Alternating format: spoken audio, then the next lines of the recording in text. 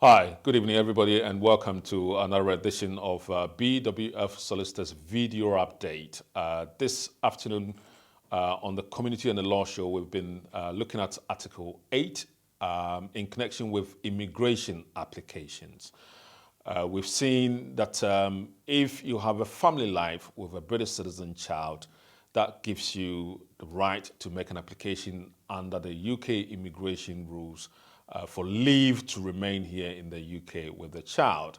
And so we were looking at the question whether or not, if that child turns 18, you would still be able to make an application on the basis of your family life with that child. We've seen from case law that if a child turns 18, it doesn't necessarily mean that they cease to have a family life with you. And this is the case of Singh. Now, in the Court of Appeal case of 𝗙𝗧𝗟𝗘, 𝗙𝗧𝗟𝗘 is ASFAR, Uddin UDDIN, 𝗙𝗧𝗟𝗘 2020 Court of Appeal case. They revisited the Singh case, which was decided by the same court in 2016. And upon the reflection on that case, the court decided that indeed, if a child turns 18, the child doesn't necessarily lose family life with the parent. The court went on to say that the decision to say somebody's got a family life with a child is a matter of fact. And so to be able to determine that, you'd say if that child is still cohabiting, i.e. living in the same family unit with this parent, then indeed it's an obvious fact that indeed this child has got a family life, even though it is not a determinative factor, but then it proves a point that indeed this child has got a family life. So this is what we're saying. If you are a person who has a family life with a British citizen child, and on the basis of that family life, you've been granted 2.5 years, and your child is about turning 18 years, you need not be concerned about this, because you would still be able to make your application for further leave to remain, and remain on that route until such time that you are granted settled status here in the UK. Or you need to be able to demonstrate that indeed this child still lives in the same family unit with you. They've not formed their own family unit. They're not living independent life, and you're still very much in their lives. So if you can prove all of this, then indeed you would be granted further leave to remain here in the UK with that child.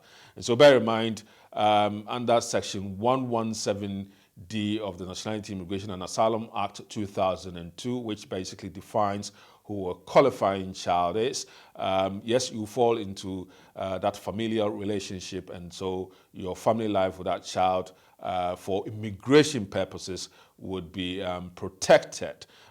We've looked at other relationships where family life could be raised as well, including where there's a foster child and a foster parent.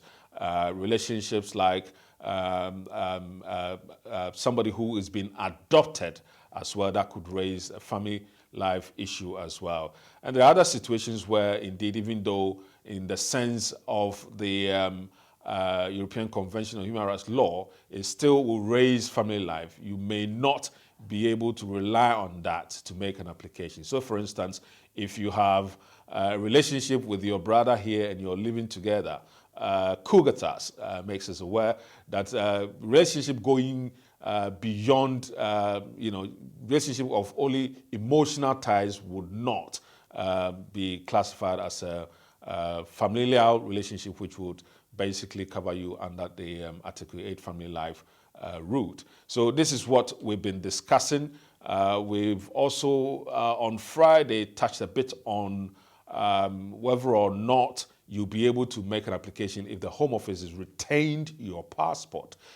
Yes, we've said indeed, if your passport is with the Home Office, even though you're required to make a valid application under paragraph 34 of the immigration rules in the circumstances where your home office, your passport or your ID is with the home office, or you can't provide one for circumstances beyond your control, then indeed the law allows you to be able to make that application without providing your ID.